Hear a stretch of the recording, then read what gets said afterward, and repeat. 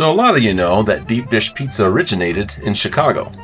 What you may not know is that this same deep dish pizza was first served during World War II, and one of the guys that had helped invent it was a Texan named Ike Sewell. He went to Chicago hoping to open a Mexican restaurant, but ended up with a pizzeria. Now fast forward to the 1980s. I have a sister, shout out to Susan, that managed a Pizza Hut.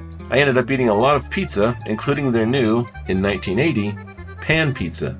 I really enjoyed the crust as it was baked in what looked like a thick-walled cake pan and came out almost fried on the bottom. Recently I was watching America's Test Kitchen, and the gals came up with a recipe for a pan pizza baked in a cast iron skillet.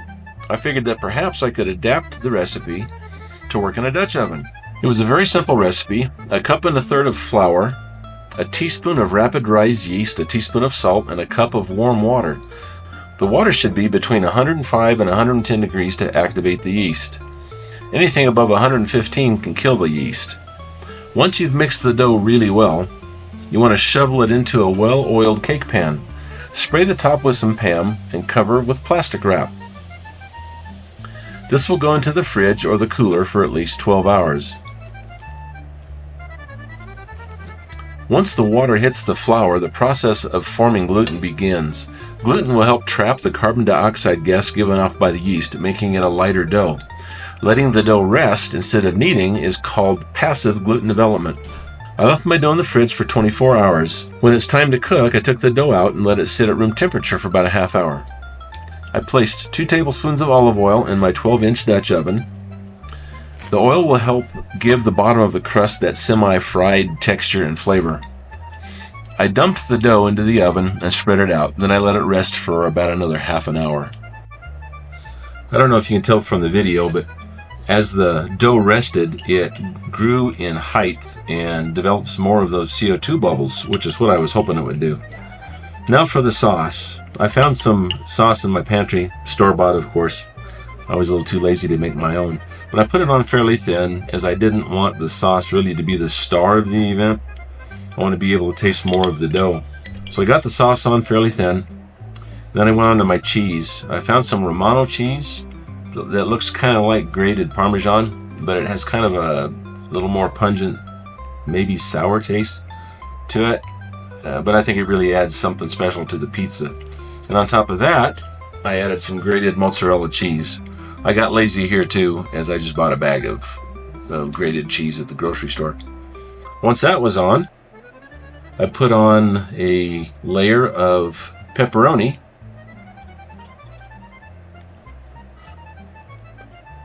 And then on the pepperoni was some Italian sausage. Now this sausage came in a roll that looked like a regular breakfast pork sausage. I cooked it in a skillet and crumbled it up so that I could spread it over the pizza. And on top of that, finally, were some sliced black olives. At this point, we're ready for the heat, so I'll throw the lid on this Dutch oven and we'll take it out to my coals. Now, I've had the coals running for a little while. I wanted to get them pretty hot. Normally, I wouldn't let them burn this long because I'm shortening their lifespan, but I wanted it nice and hot so I could get my Dutch oven up around 450 degrees. You're going to see me put a lot of these coals around the bottom. If you look at the bottom of the Dutch oven, although the oven has legs, I have it sitting on top of a lid rest that gets it up a little higher off of the surface of the table. I don't want to burn the bottom of my crust. The last thing I want to do is ruin that wonderful crust, so I've got it up a little further away from the coals, but close enough to these screaming hot coals that it's going to do the trick and get the bottom of this crust nice and golden brown and slightly fried. But you'll see me put most of the coals on top. I check the pizza every so often. This was about 8 minutes in. I want to make sure that I'm rotating my Dutch oven one way and my lid the other so that I can avoid hot spots. I did notice that one side of the pizza was cooking a little faster than the other, so you'll see that I moved some of the coals to one side of the lid, and this helped even out one side of the cooking with the other. And this is the result. This pizza is done. The smell, the aroma of this thing, and the taste of that crust was out of this world. It was so good that I decided to make another one the next day. This one I changed a little bit. In that, I left the dough in the refrigerator for twice as long. Left it in there for 2 days. The result was, as you can see, more bubbles, more CO2 developed in the dough, and it came up higher in the pan and kind of stuck to the bottom of my saran wrap.